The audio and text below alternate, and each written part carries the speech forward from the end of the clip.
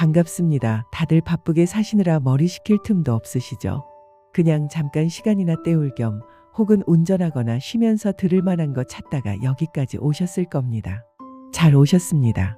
자, 그럼 복잡한 생각은 잠시 접어두시고 2000년 전 비정한 권력의 세계로 바로 들어가 보겠습니다. 좋아요, 구독 부탁드립니다. 조선 최고의 태평성대라 불리는 세종시대. 하지만 궁궐 밖 백성들의 삶은 여전히 비참했습니다. 글을 몰라 억울하게 누명을 쓰고 죽는 노비, 농사법을 몰라 굶어 죽는 농부들의 사연이 끊이지 않았습니다. 세종은 백성을 끔찍이 아꼈지만 사대부들은 어려운 한자를 독점하며 지식과 권력을 꽉 쥐고 있었습니다. 사대부들에게 백성이 글을 안다는 것은 곧 기득권의 붕괴를 의미했기에 지식의 나눔은 철저히 금기시되었습니다. 점점 시력을 잃어가는 가혹한 당뇨, 합병증 속에서도 세종은 백성을 위한 쉬운 글자를 만들겠다는 결심을 합니다. 하지만 조정의 신하들에게 이를 알릴 수는 없었습니다. 중국의 한자를 거스르는 것은 당시 세계관에서 오랑캐가 되는 것이자 사대부들의 존재 이유를 부정하는 것이었기 때문입니다. 결국 조선의 절대 군주인 세종은 아이러니하게도 자신의 신하들을 피해 깊은 밤 촛불 하나에 의지한 채 홀로 은밀한 문자 창제 프로젝트를 진행합니다. 마침내 28자의 글자가 완성될 무렵 이 은밀한 움직임이 사대부들에게 발각됩니다. 집현전의 최고 에이스이자 세종이 가장 아꼈던 학자 최만리를 필두로 한 당대 최고의 지식인들이 때로 몰려와 결사반대 상소를 올립니다. 스스로 오랑캐가 되려 하십니까? 이런 상스러운 글자를 쓰면 나라가 망합니다. 조정 전체가 왕을 향해 등을 돌리고 평생 대화와 토론으로 국정을 이끌어오던 온화한 성군 세종은 가장 끔찍한 정치적 고립과 압박에 직면합니다. 모두가 세종이 뜻을 꺾을 것이라 생각한 순간 늘 신하들의 말을 끝까지 들어주던 온화한 왕이 마침내 숨겨둔 이빨을 드러냅니다. 세종은 반대파들을 향해 벼락같이 호통을 칩니다. 내 놈들이 운서를 아느냐? 사성칠음에 대해 단 한 번이라도 제대로 연구해 본 적이 있느냐? 사실 세종이 만든 글자는 단순한 장난이 아니라 사람의 발음 기관을 본뜨고 천지인의 철학을 담은 당시 사대부들의 학문적 수준을 아득히 뛰어넘는 초격차의 과학적 결과물이었습니다. 세종은 기득권의 무지와 오만함을 학문적 논리로 완벽하게 짓밟아버리고 최만리 등 반대파를 의금부에 하옥시키는 초강수를 둡니다. 1446년 반대를 무릅쓰고 마침내 훈민정음이 반포됩니다. 사대부들은 이 글자를 아침나절이면 배우는 쉬운 글자라며 조롱했지만 그 쉬움이 바로 세종의 진짜 노림수였습니다. 여인들, 평민들, 노비들까지 순식간에 글을 깨우치고 서로 편지를 주고받으며 소설을 읽기 시작했습니다. 아무리 사대부들이 탄압하려 해도 한 번 빛을 본 지식은 멈출 수 없었고 세종은 가장 낮은 곳의 백성들에게 가장 위대한 무기를 쥐어주는 것으로 기득권과의 전쟁에서 최종적인 승리를 거둡니다. 조선 건국 이래 가장 찬란한 태평성대라 불리는 세종의 시대. 한양의 궁궐 안은 매일같이 평화로운 예약이 울려 퍼지고 집현전 학사들이 밤낮을 가리지 않고 읊는 글, 읽는 소리가 궁궐의 담장을 넘어 도성 전체를 기품 있게 감싸고 있었습니다. 서운관의 천문기구들은 밤하늘의 별자리를 읽어내어 조선만의 시간을 맞추었고 새롭게 편찬된 농서들은 조선의 척박한 땅을 비옥하게 만들 원대한 비전을 제시하고 있었습니다. 거리의 백성들은 성군의 자애로운 은덕을 찬양했고 겉으로 보기에 조선은 그 어느 때보다 완벽한 태평성대를 누리는 듯 보였습니다. 하지만 화려한 단청으로 장식된 궁궐 담장 너머 도성, 외곽과 헐벗은 향촌에 사는 백성들의 진짜 삶은 여전히 깊고 캄캄한 어둠 속에 잠겨 있었습니다. 임금이 아무리 백성을 아끼며 훌륭한 법과 제도를 밤낮으로 고안해 내어도 그것을 백성들에게 전달하는 유일한 수단이 수만 자에 달하는 복잡하고 기이한 한자라는 것이 끔찍한 비극의 씨앗이었습니다. 한양 외곽에 사는 늙은 소장농 덕구의 사연이 바로 그 비극의 축소판이었습니다. 평생 남의 땅을 빌려 흙을 파먹고 살아온 덕구는 어느 날 지주가 자애로운 미소를 지으며 내민 종이 한 장에 떨리는 손으로 지장을 찍었습니다. 지주는 흉년이 들었으니 밀린 소장료를 면제해주겠다는 관대한 문서를 작성했다고 말했습니다. 덕구는 지주를 향해 수없이 절을 올렸으나 며칠 뒤 덕구의 밭에는 낯선 이들이 들이닥쳐 밭을 갈아엎었습니다. 그 문서는 소장료 면제 문서가 아니라 늙은 덕구가 대대로 내려온 자신의 손바닥만 한 떼기 반마저 지주에게 헐값에 모두 넘긴다는 무시무시한 매매 계약서였습니다. 억울함에 가슴을 치며 관아를 찾아가 피눈물을 흘리며 호소했지만 사또의 책상 위에는 덕구의 붉은 지장이 선명하게 찍힌 명백하고도 완벽한 한문 문서가 놓여 있을 뿐이었습니다. 그를 읽지 못하는 자는 짐승과 다를 바 취급을 받았고 자신의 당연한 권리조차 지킬 한 줌의 무기가 없었습니다. 또한 세종이 조선의 풍토에 맞는 농법을 손수, 집대성하여 농사직설이라는 위대한 책을 편찬해 전국 방방곡곡에 배포했음에도 정작 흑투성이 손으로 직접 씨를 뿌리고 걸음을 쥐는 농부들 중 그 책에 적힌 글귀를 단 한 줄이라도 읽을 수 있는 자는 1000명 중 1명도 없었습니다. 정성껏 만든 책은 각 고을사림의 거창한 서고에 꽂혀 하얗게 먼지만 쌓여갔고 가뭄과 홍수가 닥칠 때마다 백성들은 여전히 옛 방식에 의존하다 속수무책으로 굶어 죽어갔습니다. 조선의 지배층인 사대부들에게 글이란 단순한 의사소통을 위한 문자가 아니었습니다. 그것은 자신들을 무지렁이 같은 일반 백성과 확연히 구분짓는 가장 굳건하고 견고한 성벽이었습니다. 또한 자신들의 지위와 권력 그리고 막대한 부를 대대손손 유지하게 해주는 가장 완벽하고 독점적인 무기였습니다. 양반들은 머리가 굵어지기 전부터 서당에 앉아 평생을 바쳐야 겨우 그 이치를 깨우칠 수 있는 한자를 다루며 스스로를 세상의 중심인 중화의 질서에 속한 고결하고 신성한 존재라 여겼습니다. 반면 그를 모르는 백성들은 그저 채찍질하며 이끌고 통제해야 할 어리석은 무리로만 치부했습니다. 사대부들에게 조선의 평범한 백성이 스스로 글을 읽고 쓴다는 것은 곧 하늘과 땅이 뒤집히고 성리학적 기득권의 질서가 송두리째 무너지는 끔찍한 재앙이자 이단의 수작과도 같았습니다. 달빛이 차갑게 내려앉은 깊은 밤, 세종은 경회루에 홀로 올라 멀리 북악산 아래를 내려다보았습니다.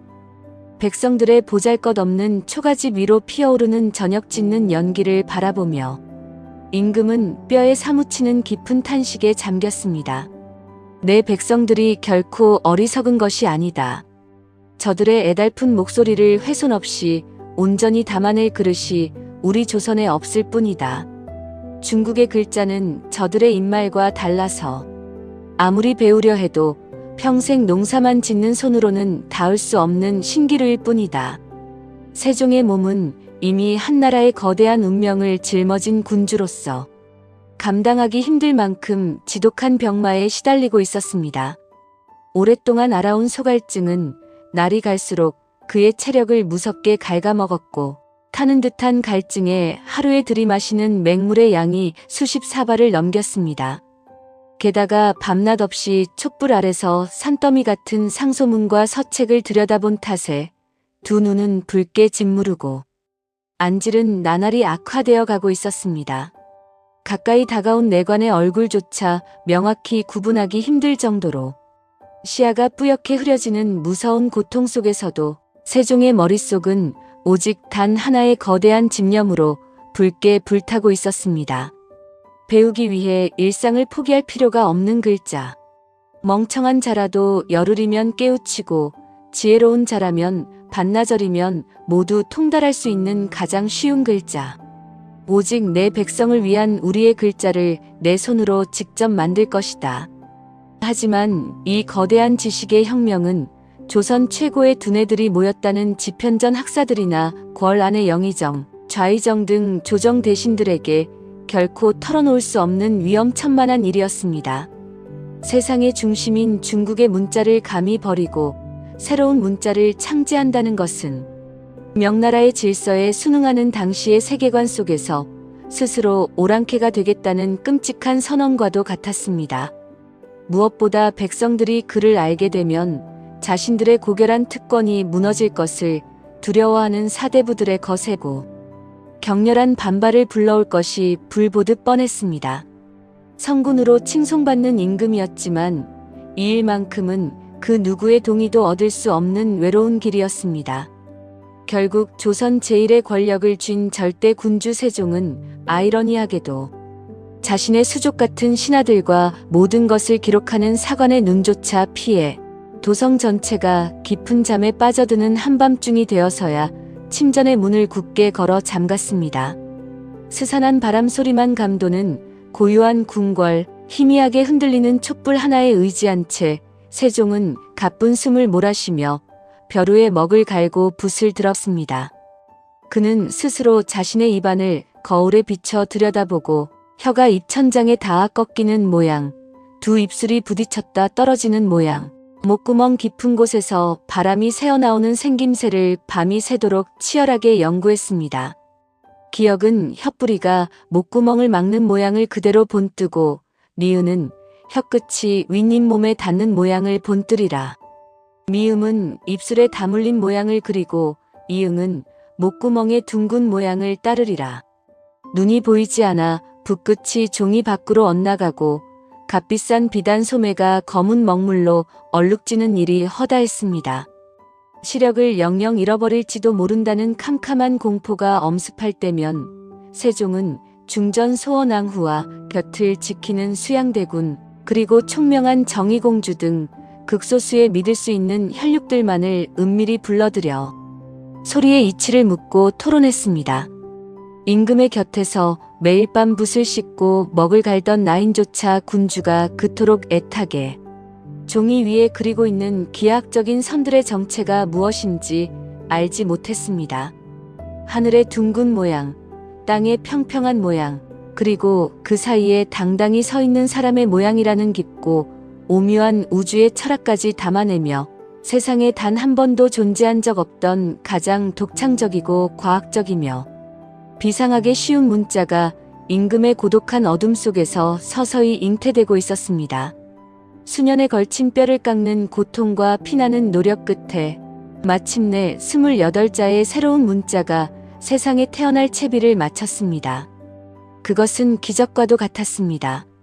세상에 존재하는 어떤 소리든 흉내내어 적을 수 있고 스쳐가는 바람소리, 학의 울음소리, 심지어 닭이 회를 치며 우는 소리조차 완벽하게 문자로 담아낼 수 있는 마법 같은 글자였습니다.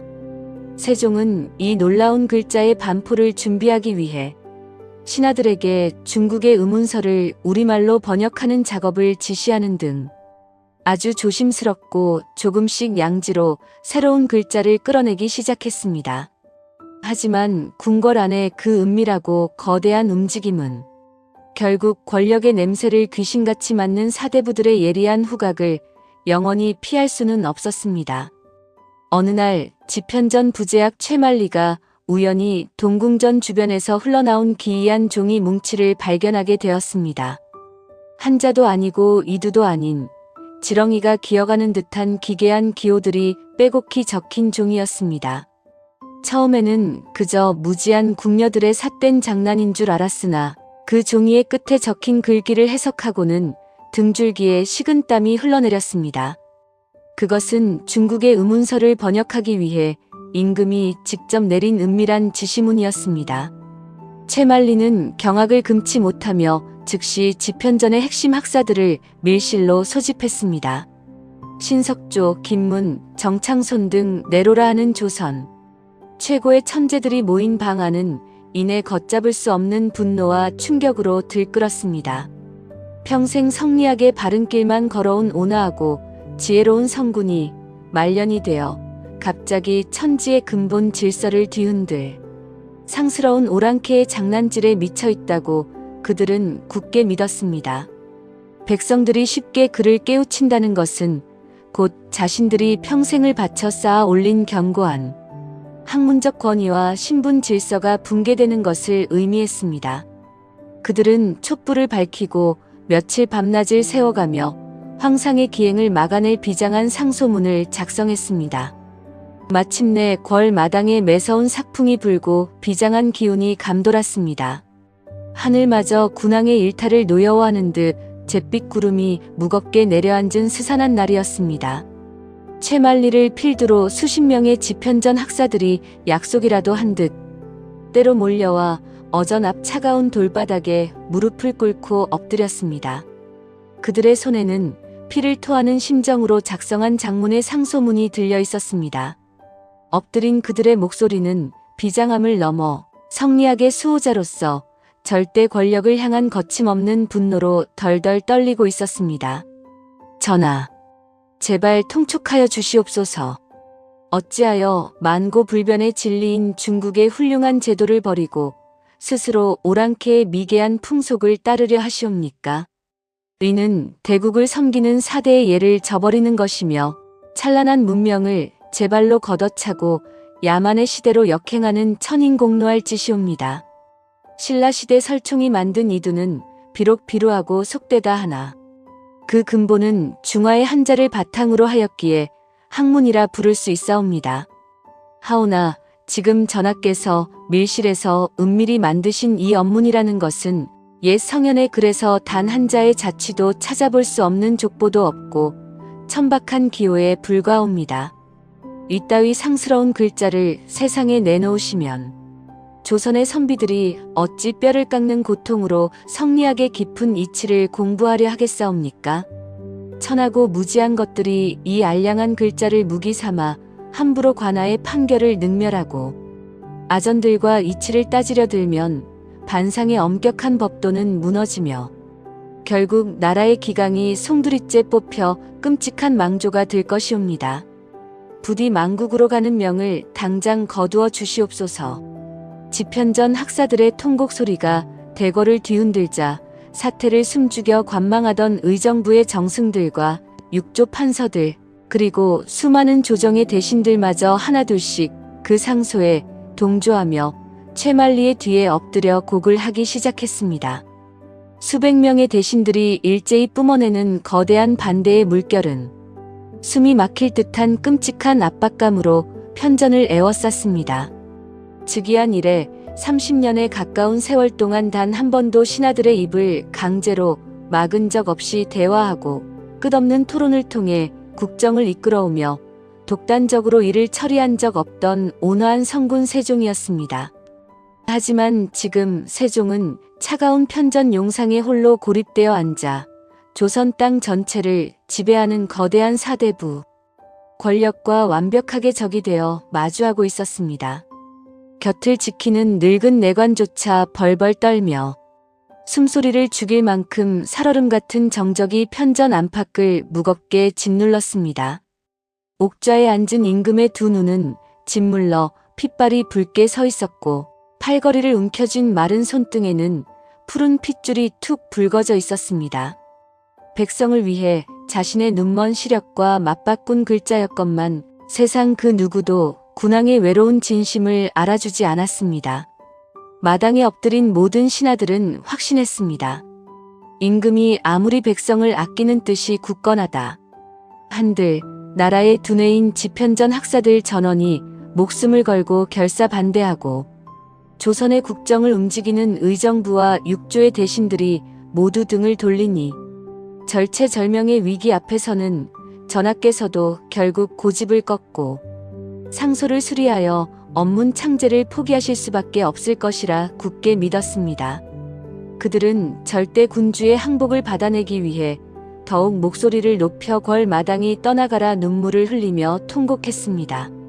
숨막히는 침묵을 지키던 세종이 옥좌의 팔걸이를 짚으며 천천히 자리에서 일어났습니다. 병마로 흐릿해진 시야 너머로 엎드려 있는 신하들의 굳건한 정수리들이 보였습니다.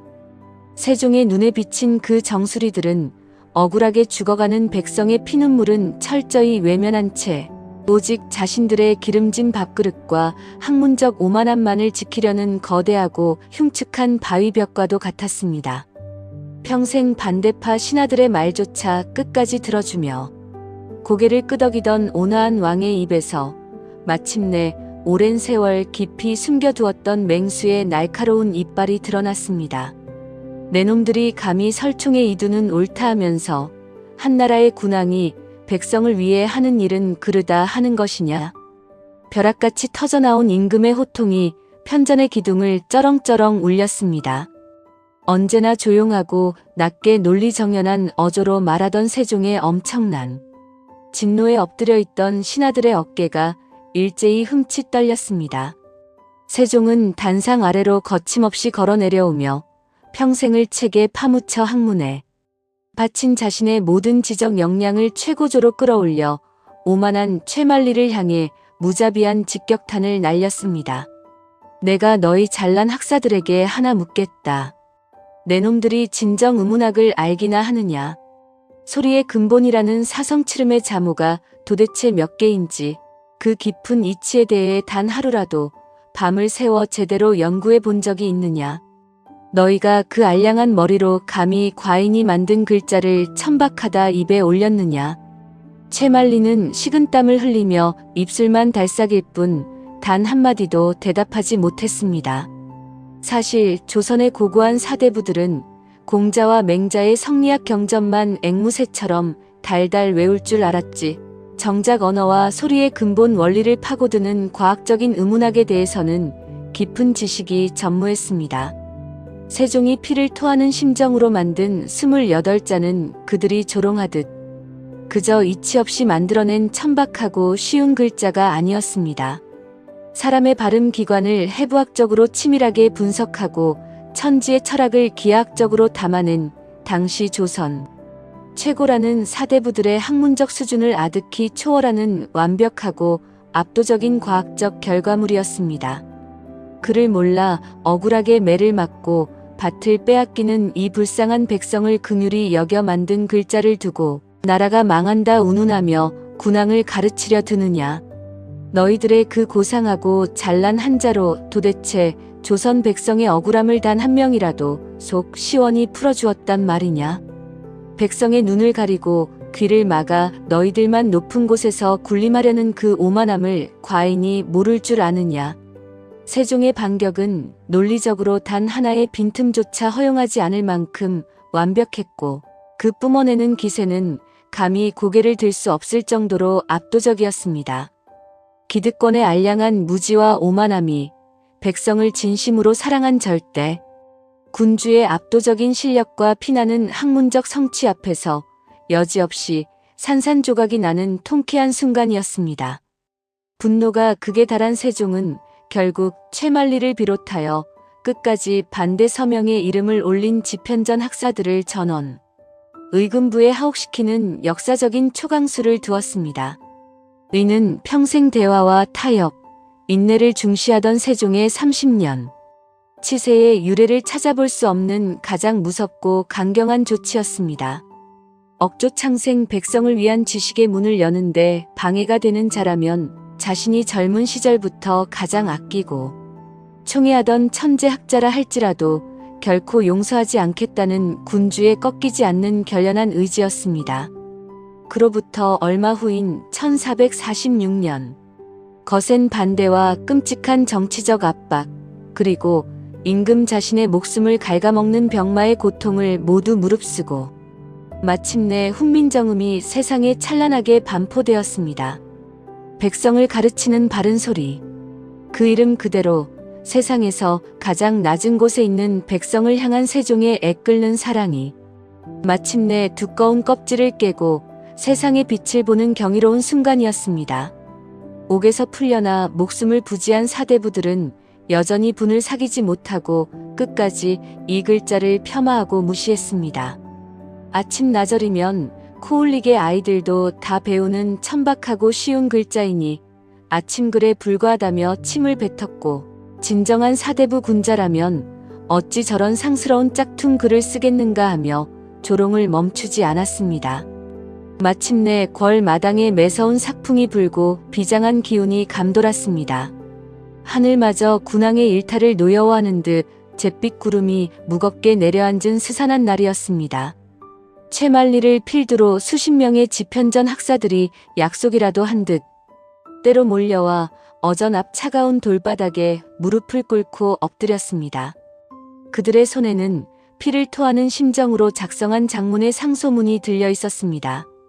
엎드린 그들의 목소리는 비장함을 넘어 성리학의 수호자로서 절대 권력을 향한 거침없는 분노로 덜덜 떨리고 있었습니다. 전하, 제발 통촉하여 주시옵소서.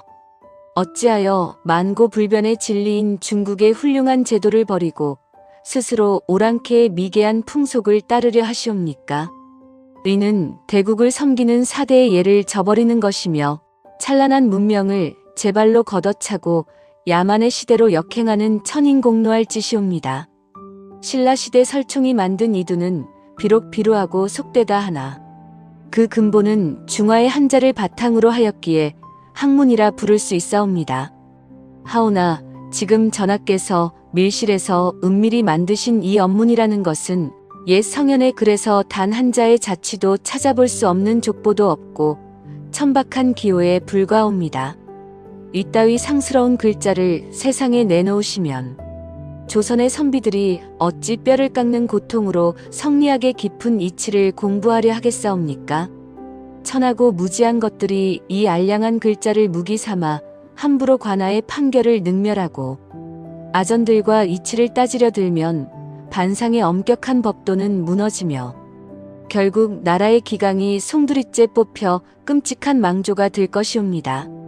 부디 망국으로 가는 명을 당장 거두어 주시옵소서.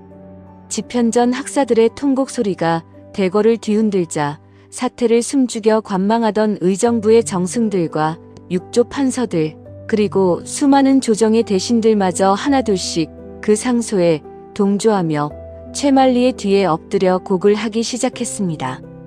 수백 명의 대신들이 일제히 뿜어내는 거대한 반대의 물결은 숨이 막힐 듯한 끔찍한 압박감으로 편전을 에워쌌습니다. 즉위한 이래 30년에 가까운 세월 동안 단 한 번도 신하들의 입을 강제로 막은 적 없이 대화하고 끝없는 토론을 통해 국정을 이끌어오며 독단적으로 일을 처리한 적 없던 온화한 성군 세종이었습니다. 하지만 지금 세종은 차가운 편전 용상에 홀로 고립되어 앉아 조선 땅 전체를 지배하는 거대한 사대부, 권력과 완벽하게 적이 되어 마주하고 있었습니다. 곁을 지키는 늙은 내관조차 벌벌 떨며 숨소리를 죽일 만큼 살얼음 같은 정적이 편전 안팎을 무겁게 짓눌렀습니다. 옥좌에 앉은 임금의 두 눈은 짓물러 핏발이 붉게 서 있었고 팔걸이를 움켜쥔 마른 손등에는 푸른 핏줄이 툭 붉어져 있었습니다. 백성을 위해 자신의 눈먼 시력과 맞바꾼 글자였건만 세상 그 누구도 군왕의 외로운 진심을 알아주지 않았습니다. 마당에 엎드린 모든 신하들은 확신했습니다. 임금이 아무리 백성을 아끼는 뜻이 굳건하다 한들 나라의 두뇌인 집현전 학사들 전원이 목숨을 걸고 결사 반대하고 조선의 국정을 움직이는 의정부와 육조의 대신들이 모두 등을 돌리니 절체절명의 위기 앞에서는 전하께서도 결국 고집을 꺾고 상소를 수리하여 언문 창제를 포기하실 수밖에 없을 것이라 굳게 믿었습니다. 그들은 절대 군주의 항복을 받아내기 위해 더욱 목소리를 높여 궐 마당이 떠나가라 눈물을 흘리며 통곡했습니다. 숨막히는 침묵을 지키던 세종이 옥좌의 팔걸이를 짚으며 천천히 자리에서 일어났습니다. 병마로 흐릿해진 시야 너머로 엎드려 있는 신하들의 굳건한 정수리들이 보였습니다. 세종의 눈에 비친 그 정수리들은 억울하게 죽어가는 백성의 피눈물은 철저히 외면한 채 오직 자신들의 기름진 밥그릇과 학문적 오만함만을 지키려는 거대하고 흉측한 바위벽과도 같았습니다. 평생 반대파 신하들의 말조차 끝까지 들어주며 고개를 끄덕이던 온화한 왕의 입에서 마침내 오랜 세월 깊이 숨겨두었던 맹수의 날카로운 이빨이 드러났습니다. 내놈들이 감히 설총에 이두는 옳다 하면서 한나라의 군왕이 백성을 위해 하는 일은 그르다 하는 것이냐. 벼락같이 터져나온 임금의 호통이 편전의 기둥을 쩌렁쩌렁 울렸습니다. 언제나 조용하고 낮게 논리정연한 어조로 말하던 세종의 엄청난 진노에 엎드려 있던 신하들의 어깨가 일제히 흠칫 떨렸습니다.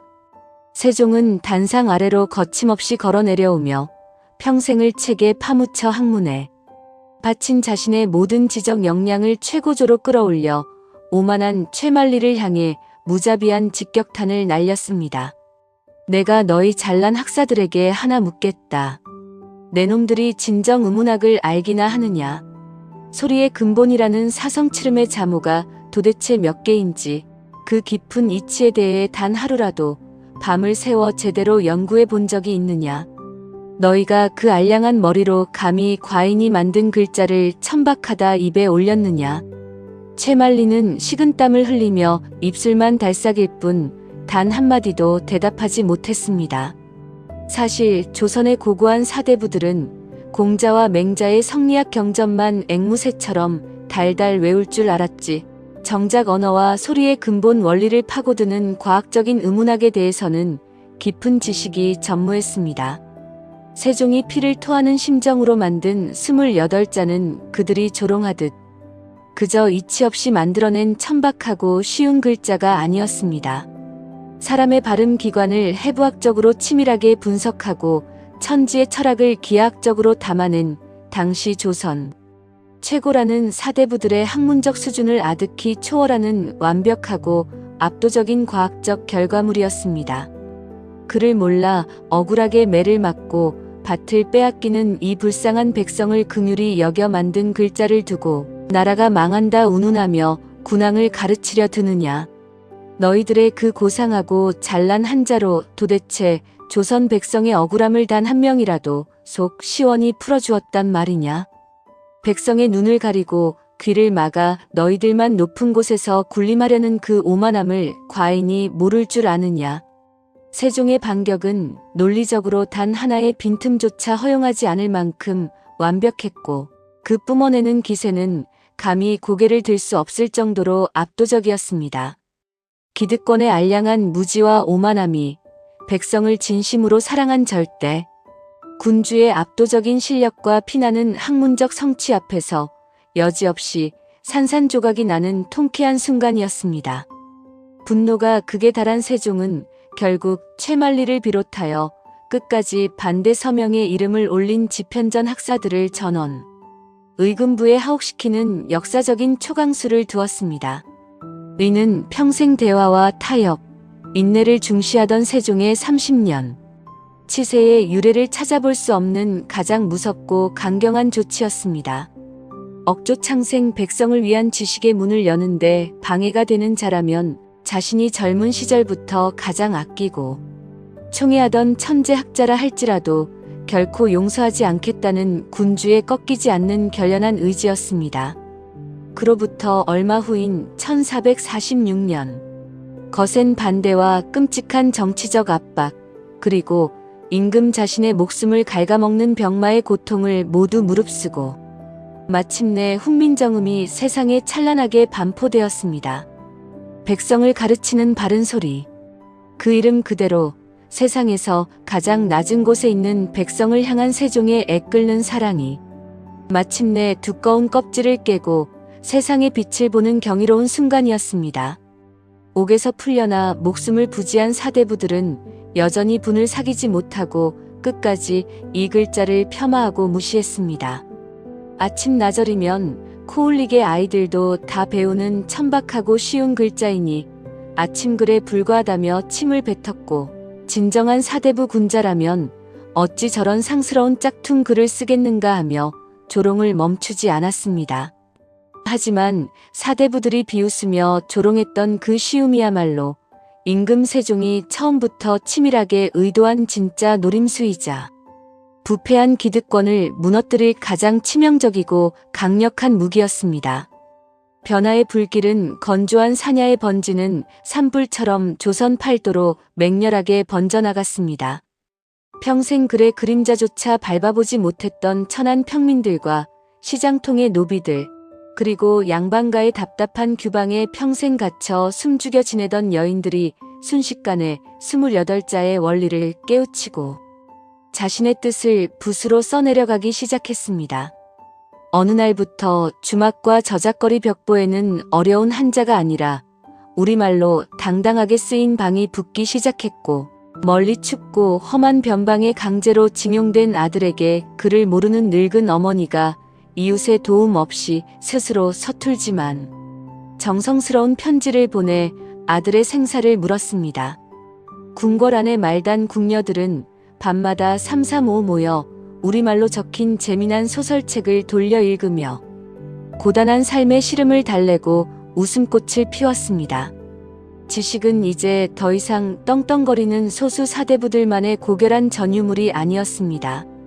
평범한 백성들은 글을 통해 비로소 세상의 이치를 깨닫고 스스로의 권리를 당당하게 주장하기 시작했으며 관아의 부패와 세상의 부조리에 번쩍 눈을 뜨게 되었습니다.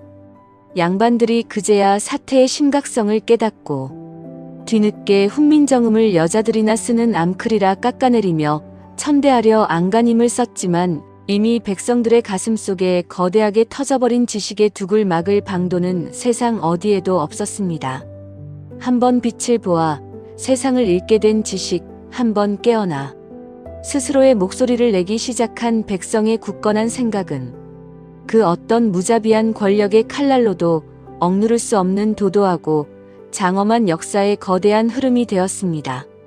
눈을 감기 전 병마에 시달려 시력을 완전히 잃고 몸을 가누기조차 힘들어진 세종은 조용히 미소를 지으며 궁궐 너머의 소리를 상상했습니다.